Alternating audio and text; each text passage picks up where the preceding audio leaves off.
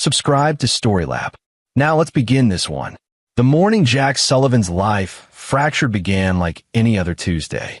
He stood in the kitchen of his modest colonial home in Arlington, Virginia, watching his 8-year-old daughter Megan struggle with her shoelaces at the breakfast table. Her dark hair fell forward as she concentrated, tongue poking out slightly, a habit she'd inherited from him. "Want help with those?" Jack asked, setting down his coffee. "I got it, Dad." Megan's determination was admirable, even when her fingers fumbled the loops. She'd been like this since she could walk, stubborn, independent, refusing help even when she needed it. After 3 attempts, she finally tied a lopsided knot and beamed up at him. Jack had been out of the Secret Service for 2 years now, having spent 15 years protecting presidents, diplomats, and congressional members before deciding he wanted to actually watch his daughter grow up. His wife Sarah had died from an aneurysm when Megan was 4, and he'd been both parents ever since. The transition from federal agent to consultant wasn't glamorous, but paid the bills and let him be at every parent-teacher conference, every soccer game, every moment that mattered. "Your Aunt Leslie called last night," Jack mentioned as he packed Megan's lunch. "Wants to have dinner this weekend." Megan's face fell slightly. "Is Uncle Daryl coming?" Jack paused, registering his daughter's tone. "Probably." "What?" "He's weird, Dad. Last time he kept asking me about your work. Like a lot." And he stares. Jack turned to face her fully. "What kind of questions?" "About when you worked for the president. About your security stuff." I told him I don't know anything. She shrugged, but Jack caught the discomfort in her eyes. He filed that away. Daryl McDowell had been his brother-in-law for 6 years, married to Jack's younger sister, Leslie. The marriage had always puzzled Jack. Leslie was warm, educated, worked as a pediatric nurse. Daryl was cold, unemployed more often than not, and carried a chip on his shoulder the size of Montana. He'd applied to the Secret Service twice and been rejected both times, which he blamed on Jack, though Jack had never been involved in recruitment. "If he makes you uncomfortable, we don't have to go," Jack said firmly. "No, I want to see Aunt Leslie. Just, maybe you could tell him to stop?" "I will." Jack dropped Megan at Riverside Elementary at 8:15. The school was small, private, only 200 students total. Her class had 19 third graders taught by Ms. Rochelle Kelly, a young teacher in her second year who'd impressed Jack with her dedication. He watched Megan run toward the entrance, backpack bouncing, and waved when she turned to look back at him. He didn't know that would be the last normal moment of his life. The day proceeded routinely. Jack had meetings with 2 clients, a tech CEO worried about stalkers and a former congressman receiving threats. By 3 o'clock, he was reviewing security proposals in his home office when his phone lit up with an unknown number. "Mr. Sullivan?" The voice was high, panicked. "This is Rochelle Kelly, Megan's teacher. You need to listen carefully." Jack's blood turned to ice. "What happened?" "Your brother-in-law just showed up with 8 men. They came into my classroom armed. I saw weapons under their jackets. They're taking all 19 students. They're loading them into vans right now. I tried to stop them, but..." Her voice cracked. "They have guns, Mr. Sullivan. Multiple guns. I couldn't." "Are you safe?" "Where are you?" "I'm hiding in the supply closet. They told the front office there was a family emergency. Showed some kind of documentation. But it's wrong. This is all wrong. Stay where you are. Lock the door. I'm calling this in." Jack was already moving, grabbing his keys, his phone, checking his weapon. "Do not leave that closet until police arrive. Do you understand?" "Yes." "God, I'm so sorry." Jack was out the door before she finished. His mind raced through protocols, through training, through 15 years of worst-case scenarios. He dialed a number he hadn't used in 8 months. "Sullivan." Director Dan Vaughn answered on the second ring, his voice surprised. "Didn't expect to hear from you." "Sir, I have a child abduction in progress. 19 third graders from Riverside Elementary in Arlington. Armed suspects, multiple vehicles. My daughter is one of the 19. Jack kept his voice steady, professional, even as his heart threatened to explode from his chest. "I need immediate federal response." The pause lasted less than a second. "Give me every detail you have." Jack rattled off information as he drove. The school's location, Daryl's description, the timeline, the mention of weapons. Vaughn didn't interrupt, didn't question. This was why Jack had called him. Vaughn had been his director for 7 years, had stood beside him during presidential protection details in hostile territories. If anyone would mobilize resources without hesitation, it was him. FBI's getting the call now, Vaughn said. Jack could hear typing in the background. Local PD is being notified. I'm sending you the name of the lead agent. Dan, this is not going to be standard protocol, but I trust you. You stay on the line with the FBI, you follow their lead, but you're not shutting down. Clear. Clear. They took your kid. We're bringing her home. The next 15 minutes blurred. Jack arrived at the school to find police already establishing a perimeter. FBI showed up in force. 3 vehicles, 8 agents. The lead agent was a woman in her 40s named Sabrina Bright, sharp-eyed and no-nonsense. You're Sullivan? She asked, approaching him at the police line. Former Secret Service. Director Vaughn briefed you. He did. He also vouched for you, which is the only reason I'm letting you in my command center. She gestured toward a mobile operations vehicle. But you follow my rules. This is an FBI operation. Understood. Understood. Inside the mobile command center, screens displayed traffic camera feeds and maps of the area. Agent Bright pulled up security footage from the school's parking lot. Jack watched, jaw clenched, as Daryl and 8 men in casual clothes entered the building at 2:47 p.m. They moved with purpose, not rushing, not suspicious. 3 white vans waited in the lot. They disabled the panic alarm system 30 seconds before entry. Bright said, pointing to a timestamp. This was planned. Who's your brother-in-law? What's his background? Daryl McDowell, 34. High school diploma, no college. Work construction on and off, mostly unemployed. Applied to Secret Service twice, rejected. Married to my sister, Leslie, for 6 years. Jack paused, forcing himself to be thorough. He's always resented me, blamed me for his rejections, though I had nothing to do with them. Any political affiliations? Religious extremism? Financial problems? Not that I knew of. But Jack stopped. My daughter told me this morning he'd been asking questions about my work. Presidential security protocols. She said he'd been weird about it. Bright's expression hardened. We've got the vans on traffic cameras. They split up. 1 went north on Route 50, 2 went west on I-66. Smart. We're tracking all 3. She turned to another agent. Give me everything on Daryl McDowell. I want financial records, phone records, social media, known associates. Move. Jack's phone rang. Leslie. His sister's number lit up the screen, and he stepped outside the vehicle to answer. Jack. Her voice was frantic, tearful. Is it true? Police just showed up at my house asking about Daryl. They're saying he took children from school. Leslie, where is he? Do you know where he'd go? I don't know what's happening. They show me a picture from security footage, and it's him. But he wouldn't. Jack, what's going on? Why would he take kids? Where is he, Leslie? Jack's voice was steel. I don't know. He left this morning saying he had job interviews. He's been acting strange lately, secretive, but I thought. She broke into sobs. Megan's in that school. Jack, please tell me Megan's safe. Jack closed his eyes briefly. Megan was in the classroom they took. All 19 kids. I need you to think, Leslie. Has Daryl said anything unusual? Been meeting with anyone new? Any places he's mentioned? The silence stretched. Then, he's been going to meetings. Wednesday nights for the past 3 months. He said it was a men's group like therapy. I thought it was good for him. But last week I found something in his truck, pamphlets about government tyranny, about taking back freedom. Jack, I threw them away. I told him that stuff was crazy. Do you know where these meetings were? Some warehouse in Manassas. I drove past it once. It looked abandoned. Jack waved Bright over, putting the phone on speaker. Leslie gave them the address, an industrial area on the outskirts of Manassas, about 30 miles west. Bright immediately sent the location to her team. Mrs. McDowell, this is FBI agent Sabrina Bright. I need you to stay at your residence. Officers will be there to ask you more questions. Do not contact your husband. Do you understand? Is he dangerous? Are the children in danger? We're doing everything we can to ensure their safety. Do not contact him. After Leslie hung up, Bright turned to Jack. Domestic extremist group. That's what this is looking like. We've had chatter about cells forming in Northern Virginia, anti-government ideology.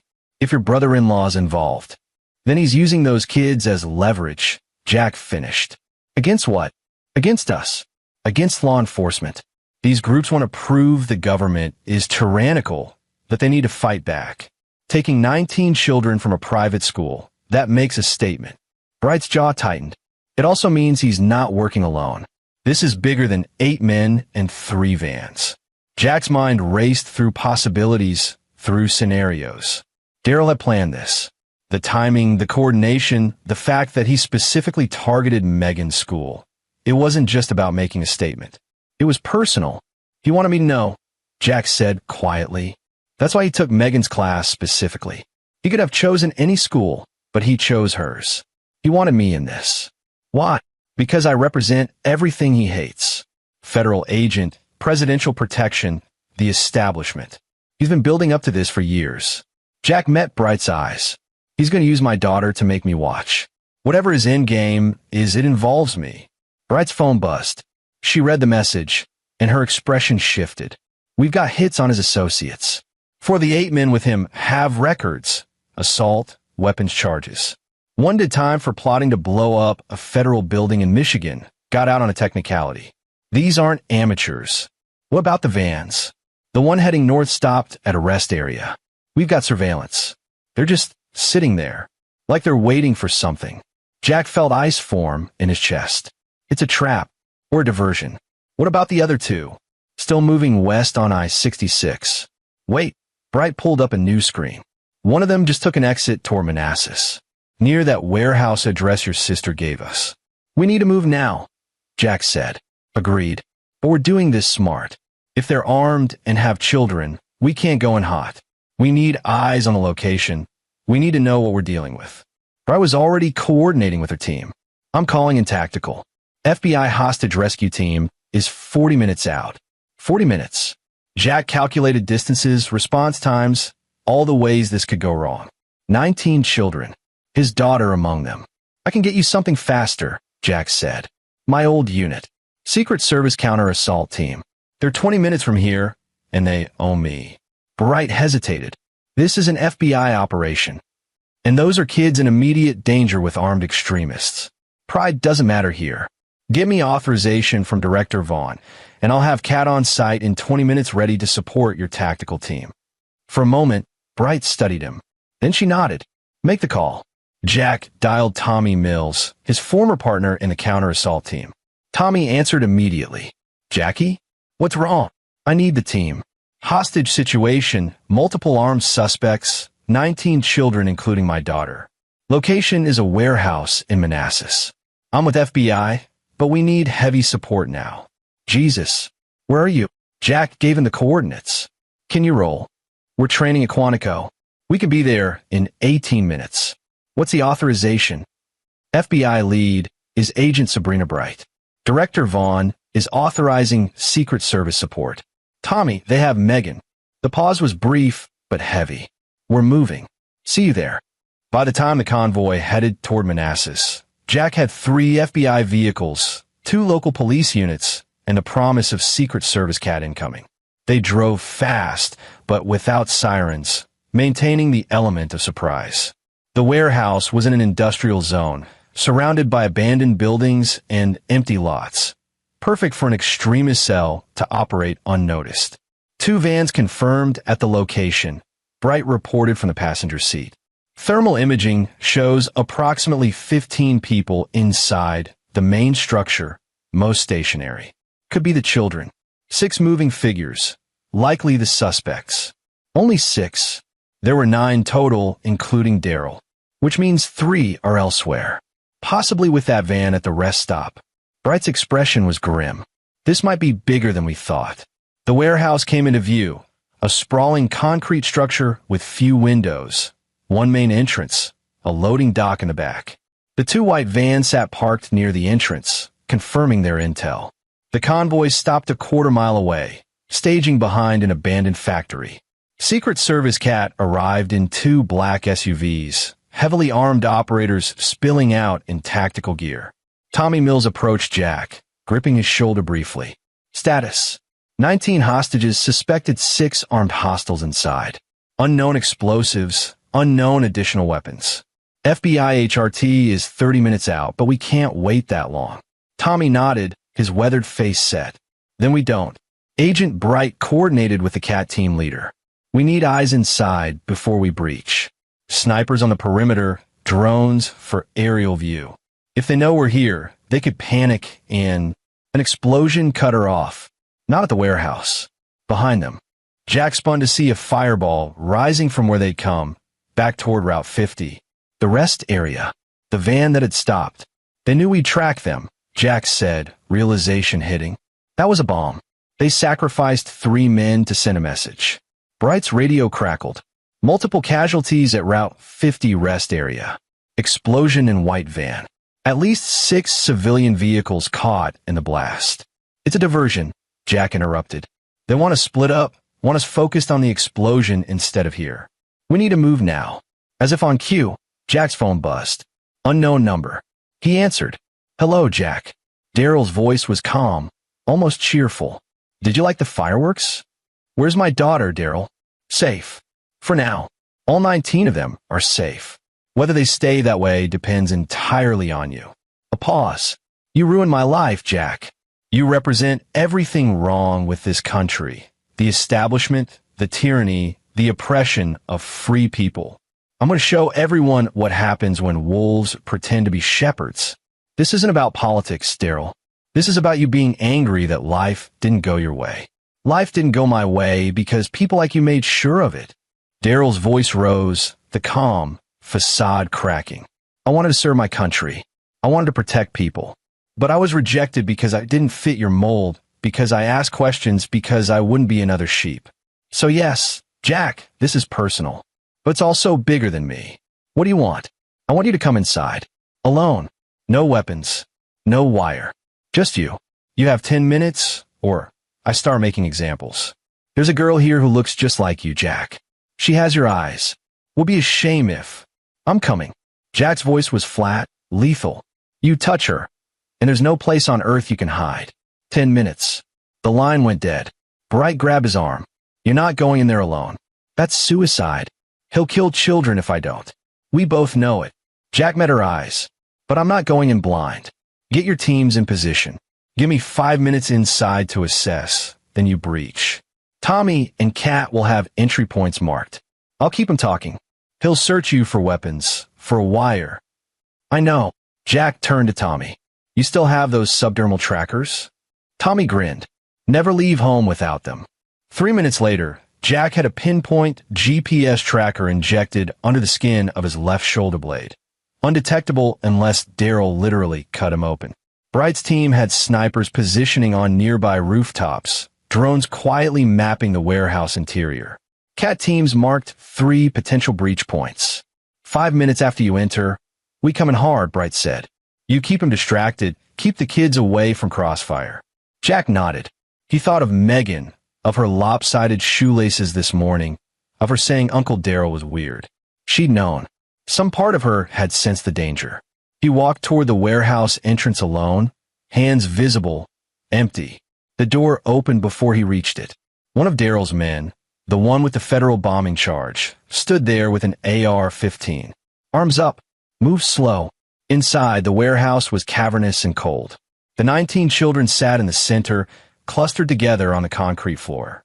They were scared but alive, Megan among them. Her eyes found Jack's, and he saw relief flood her face, followed by fresh fear. Don't show weakness, he thought at her. Be strong. Daryl stood behind the children, flanked by 5 armed men. He smiled when he saw Jack. Right on time. I knew you would be. You were always so predictable, Jack. Always following the rules. Always doing what you were told. He gestured at the children. Aren't they precious? 19 innocent lives. So much potential. And you're going to watch me decide their fate. You wanted me here, Daryl. I'm here. Let them go. Oh, I don't think so. See, this isn't about ransom. This isn't about demands. This is about exposure. About showing the world what happens when the establishment's illusion of control shatters. Daryl pulled out a phone, showing Jack the screen. We're live streaming. Thousands watching already. They're going to see what real power looks like. Jack's mind raced. Livestream meant witnesses, meant evidence, but also meant Daryl was performing. He wanted spectacle. That was his weakness. You think this makes you powerful? Jack asked, keeping his voice steady.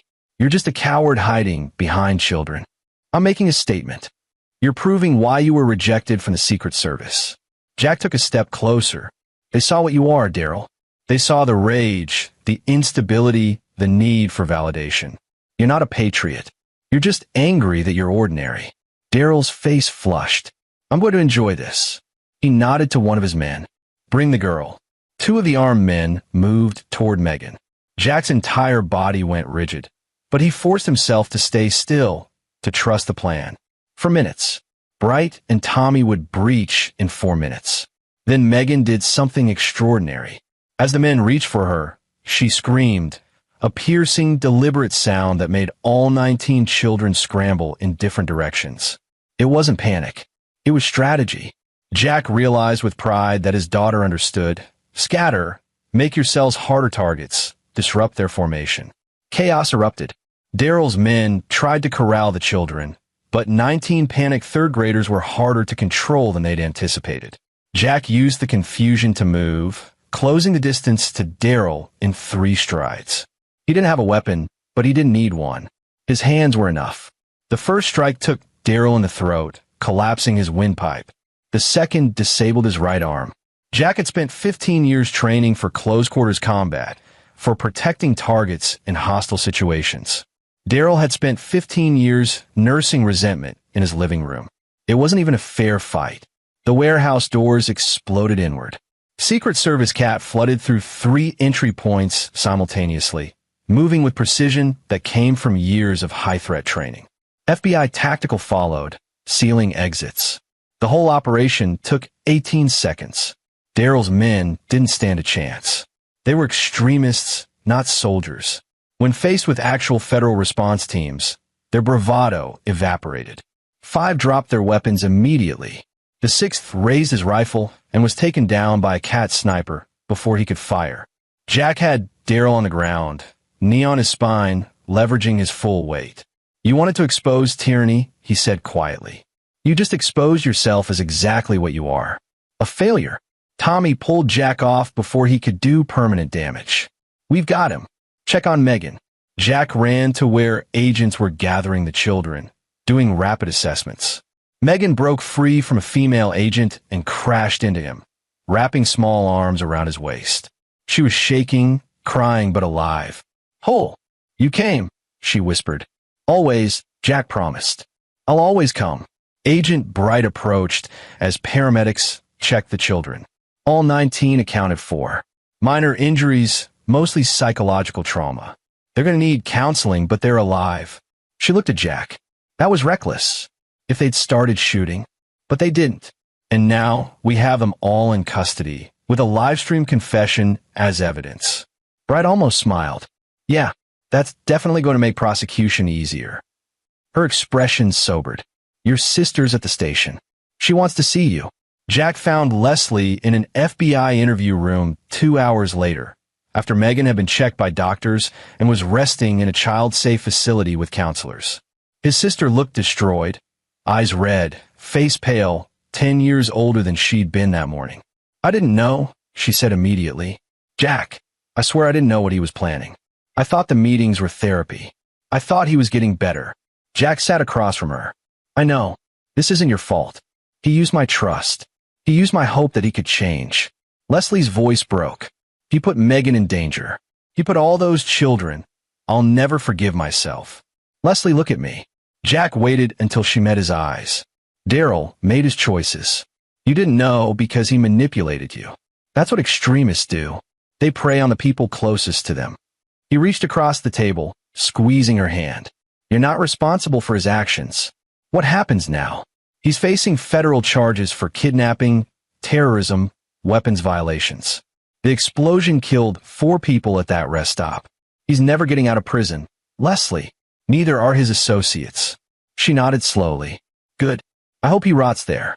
I hope. She stopped herself, but Jack saw the raw anger in her eyes. The betrayal ran deeper than just today. How long had Daryl's radicalization been building? How many signs had he hidden? Over the next 3 weeks, the full scope of Daryl's plan emerged during the FBI investigation. The warehouse wasn't just a meeting place. It was a staging ground for a larger attack. Agents found explosives, weapons stockpiles, and detailed plans to target government buildings. Daryl's cell had been planning coordinated attacks across 3 states. The school abduction was meant to be their announcement, their message to the world. Instead, it became their downfall. The 19 children became national news. Their parents held press conferences thanking law enforcement, thanking Jack specifically. He declined interviews, wanting to keep Megan out of the spotlight. She was in therapy, processing the trauma, but she was resilient. She'd been raised by a father who taught her to be strong, to think strategically, even in crisis. The trial was swift. With the live stream footage, the physical evidence, and testimony from 8 men who quickly turned on Daryl to reduce their own sentences, the prosecution had an airtight case. Daryl received life without parole on multiple counts. His associates got sentences ranging from 25 to 40 years. Jack watched from the gallery as the verdict was read. Daryl's face remained defiant to the end, still convinced he'd been making a righteous stand. He never apologized, never showed remorse. Even when the judge laid out the severity of his crimes, 19 counts of kidnapping for counts of murder, terrorism charges, weapons violations, Daryl maintained his delusion. Mr. McDowell, the judge said, her voice sighs, you will spend the rest of your natural life in a federal maximum security prison. You will never again see daylight as a free man. You will never harm another child. And your so-called message? It showed the world exactly what domestic terrorism is, cowardice masquerading as conviction. As marshals led Daryl away, he caught Jack's eye. For a moment, the defiance cracked, replaced by something uglier, pure hatred. Jack held his gaze steadily until Daryl was gone from sight. Outside the courthouse, Agent Bright found Jack. You did good work, Sullivan. Vaughn mentioned you might be interested in consulting for the Bureau. Counterterrorism Division could use someone with your background. Jack considered it. Let me think about it. Right now, I just want to focus on my daughter. Understood. The offer stands. She extended her hand. For what it's worth, you saved a lot of lives that day.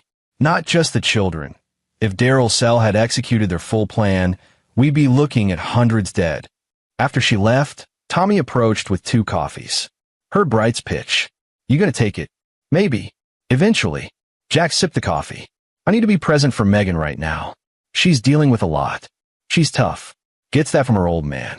Tommy clapped him on the shoulder. But when you're ready, there's always a place for you. World needs people who run toward danger, not away from it. 3 months after the trial, Jack attended a ceremony at Riverside Elementary.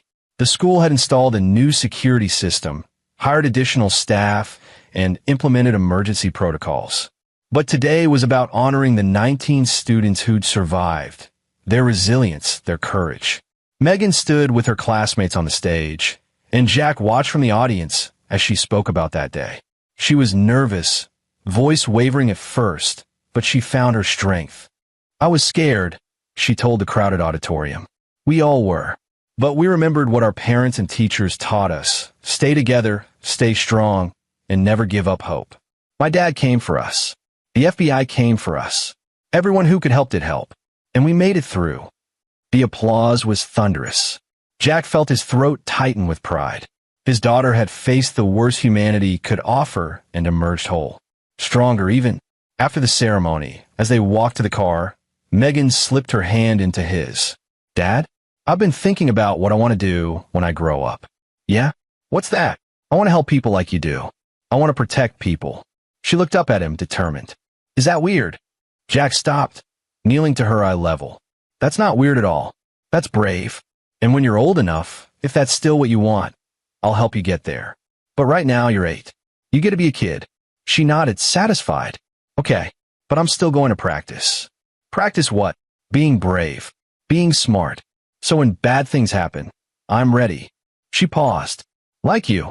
Jack hugged her tightly, this small, fierce person who carried his eyes and her mother's courage.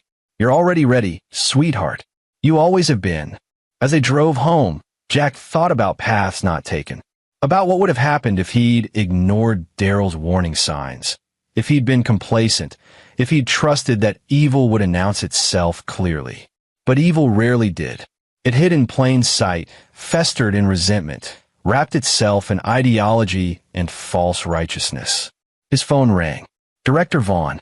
Sullivan. How's the kid? She's good. Strong. Good. Listen, I wanted to run something by you. We're forming a new task force, domestic terrorism prevention. Focus on identifying radicalization before it reaches critical mass. We want people who understand how these cells operate, who can spot warning signs early. You interested? Jack glanced at Megan in the rearview mirror. She was humming to herself, drawing in her notebook, back to being a kid, despite everything. I'll do it, he said, but on my terms. I work cases remotely when possible. I'm present for my daughter, and I don't compromise on family time. Fair enough. Welcome back to federal service, Sullivan. Unofficially speaking. Unofficially appreciated, sir. That evening, Jack made dinner while Megan did homework at the kitchen table. It was ordinary, domestic, the kind of quiet evening he'd fought to preserve. The kind Daryl had tried to destroy. But Daryl had lost. Not just the battle, but the war he'd imagined he was fighting. His grand statement had been reduced to a cautionary tale about radicalization. His cell was dismantled. The children he'd traumatized were receiving help, growing stronger, refusing to be defined by his violence. And Jack, he protected what mattered most. Dad, Megan called from the table. Can you help me with my math? Be right there. He joined her, looking at multiplication tables that seemed impossibly simple compared to the calculations he'd made that day in the warehouse. Angles of entry, positioning of assets, risk assessments measured in children's lives. But these multiplication tables mattered more. This was the real work, raising a good human, teaching her to be kind and strong, showing her that the world was worth fighting for. Later, after Megan was asleep, Jack sat on his porch with a beer, watching the street. A car passed. A dog barked. Ordinary sounds of an ordinary neighborhood. Tommy called. Saw the news about Vaughn's task force. You're back in. Consulting. Not full-time. Still counts. We should grab dinner, talk about old times. Old times weren't that long ago, Tommy. Long enough. Things change fast in our line of work. A pause. You did good, Jack. With the school, with Megan, all of it. You're one of the good ones. After they hung up, Jack finished his beer and went inside. He checked on Megan. She was sprawled across her bed, one leg dangling off the edge, breathing deeply. He adjusted her blanket, kissed her forehead. In his own room, he opened his laptop and pulled up the FBI's briefing on Daryl's case. The final report was there, everything documented, analyzed, archived. One line caught his attention. Subject displayed consistent pattern of attribution bias, blaming external factors for personal failures, which evolved into radicalized ideology over a 5-year period. Early intervention by family members could have potentially prevented escalation. Jack closed the laptop. Hindsight was perfect, but he couldn't change the past, couldn't undo the damage Daryl had chosen to inflict. All he could do was move forward, protect his daughter, and work to prevent the next Daryl from getting that far. His phone buzzed. A text from Leslie. Thank you for not hating me. He responded, You're my sister. That doesn't change. 3 dots appeared, then disappeared, then appeared again. Finally, I filed for divorce. Moving to Boston near mom. Fresh start. Good. Call if you need anything. 6 months after the incident, Jack was deep into the counterterrorism consulting work. He'd helped identify 3 potential extremist cells before they could act, working with FBI and Secret Service to dismantle them quietly. No dramatic raids, no headlines, just careful intelligence work that prevented violence before it started. Megan was thriving. Her therapy was progressing well, her nightmares had diminished, and she'd even made jokes about the day Uncle Daryl lost his mind, which her therapist said was a healthy sign of processing trauma. On a Saturday morning, Jack was coaching her soccer team when his phone rang. Agent Bright, we've got a situation. Remember the 3 men who were with that van at the rest stop? The ones who triggered the diversion explosion. They died in the blast. 2 of them did. The 3rd survived. He's been in ICU for months, critical condition. He just woke up, and he's talking. Says he wants to make a deal. Jack's grip tightened on the phone. What kind of information? Bigger network.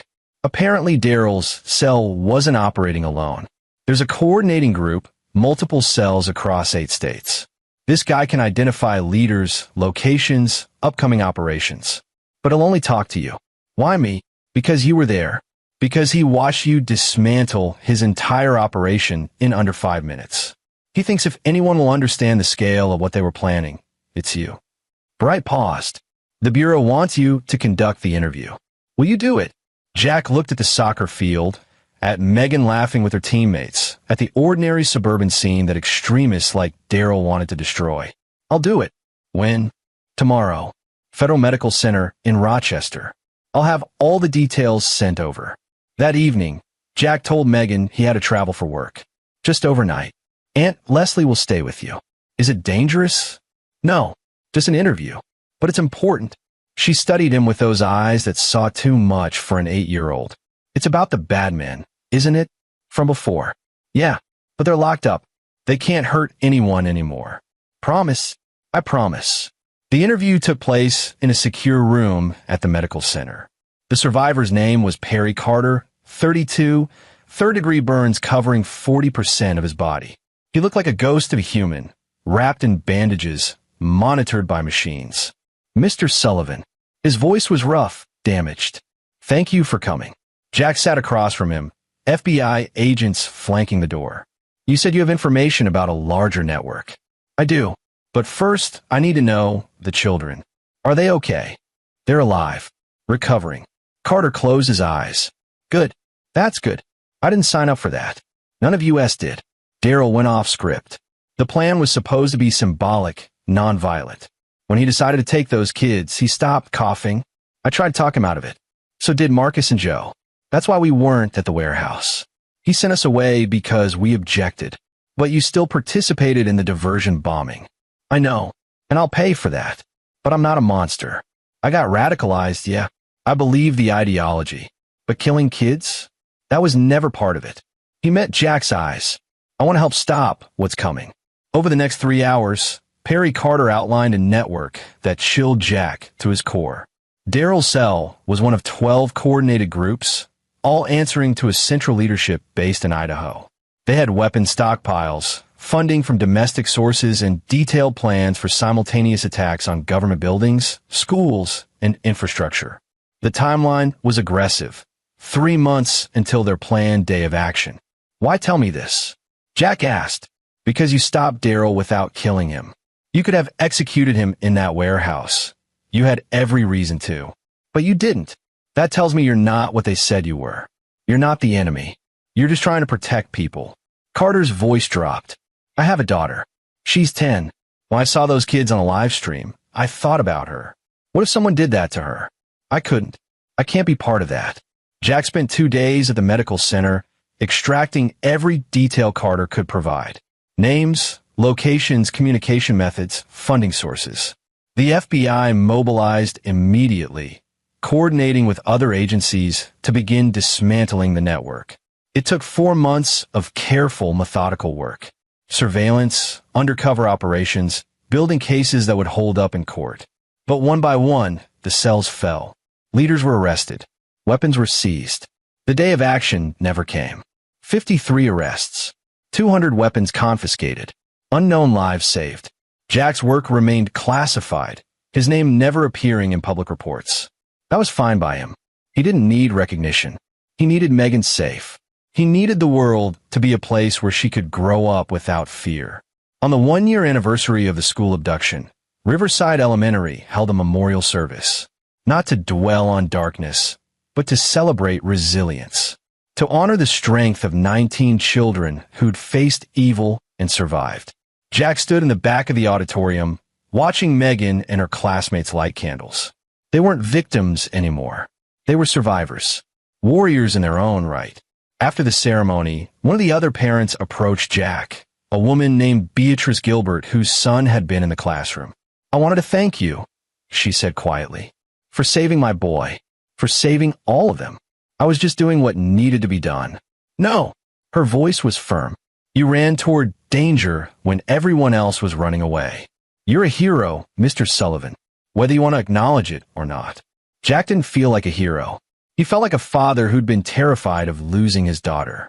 But he accepted her thanks gracefully because sometimes that's what people needed to express gratitude, to close the circle of trauma with recognition. That night, Jack took Megan to her favorite restaurant. They sat in a booth, sharing pizza and talking about everything except that day a year ago.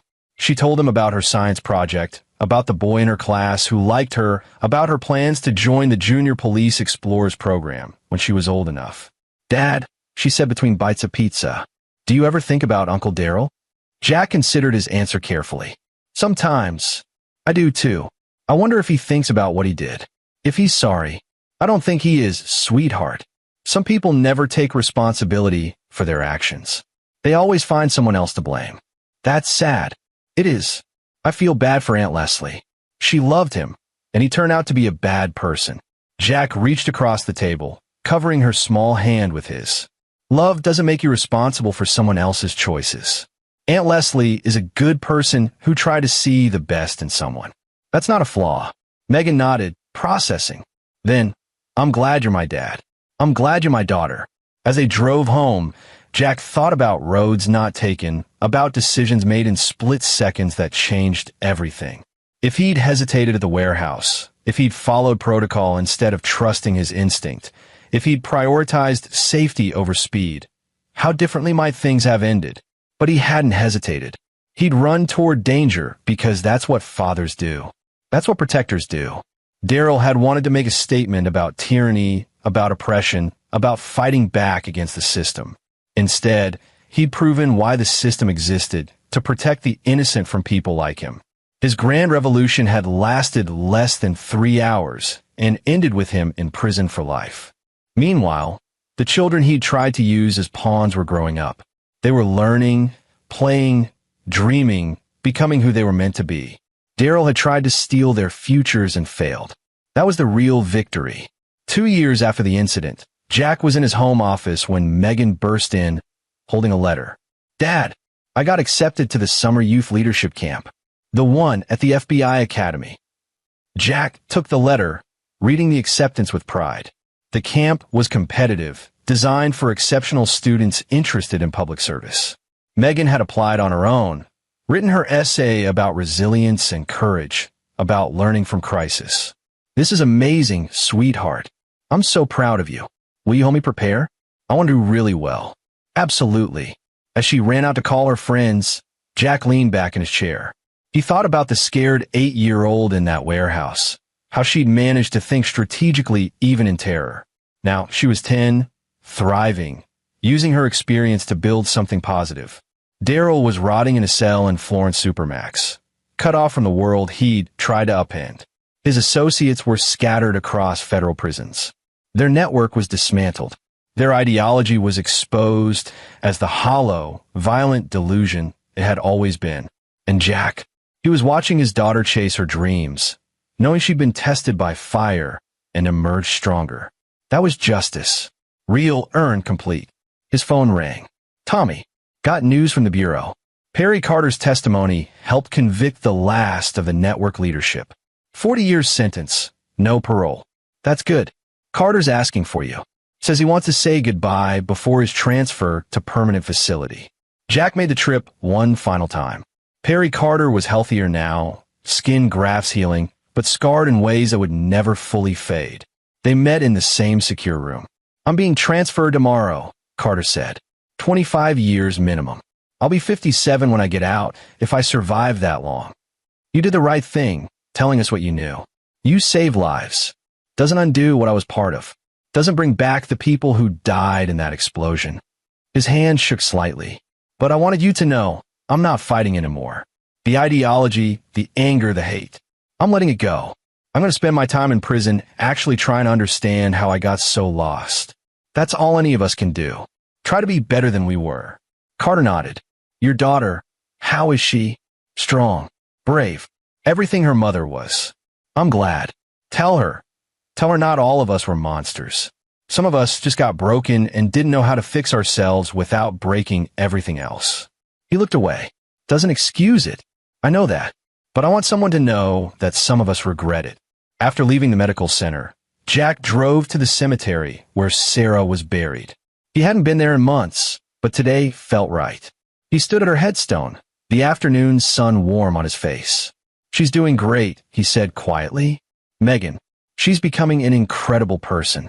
Strong like you. Brave like you. I wish you could see her."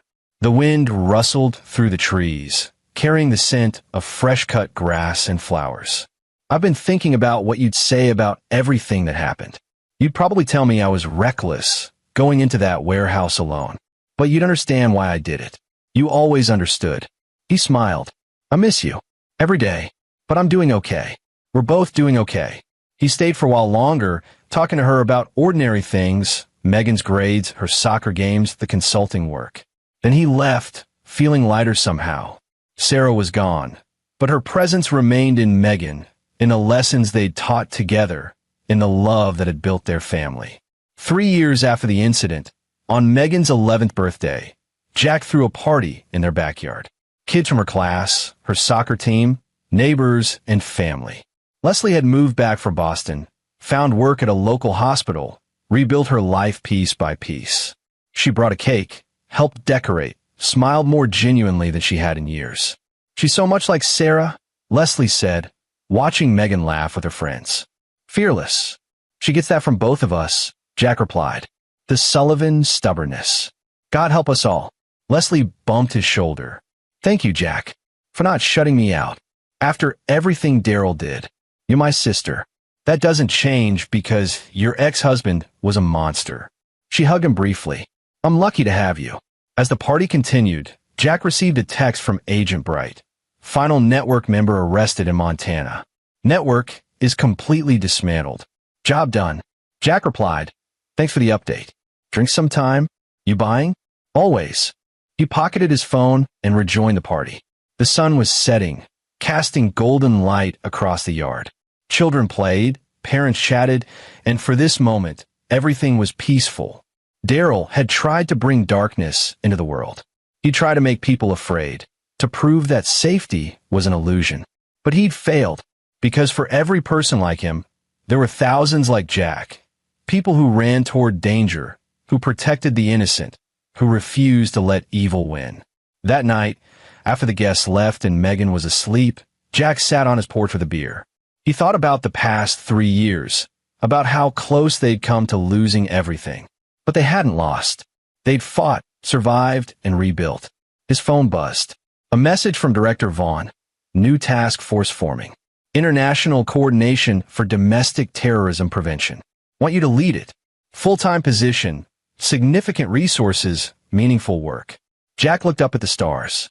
Leadership role. Significant responsibility. The chance to prevent what happened to Megan from happening to other children. But also, more time away from home. More danger. More weight on his shoulders.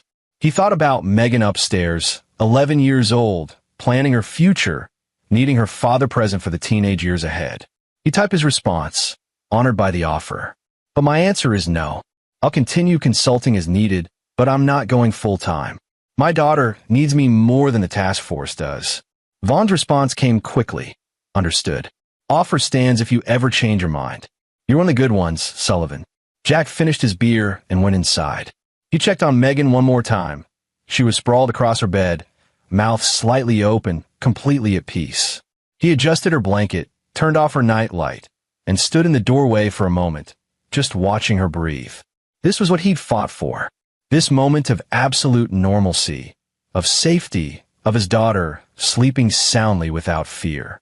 Daryl had lost because he fundamentally misunderstood what strength was. He thought it was dominance, violence, forcing the world to acknowledge him. But real strength was this, being present, protecting what mattered, choosing love over ego. Jack closed Megan's door quietly and went to his own room. Tomorrow would bring new challenges, new cases, new threats to assess. But tonight, everyone he loved was safe. And that was enough. Years would pass. Megan would graduate high school with honors, attend college, eventually join the FBI herself, following in her father's footsteps but forging her own path.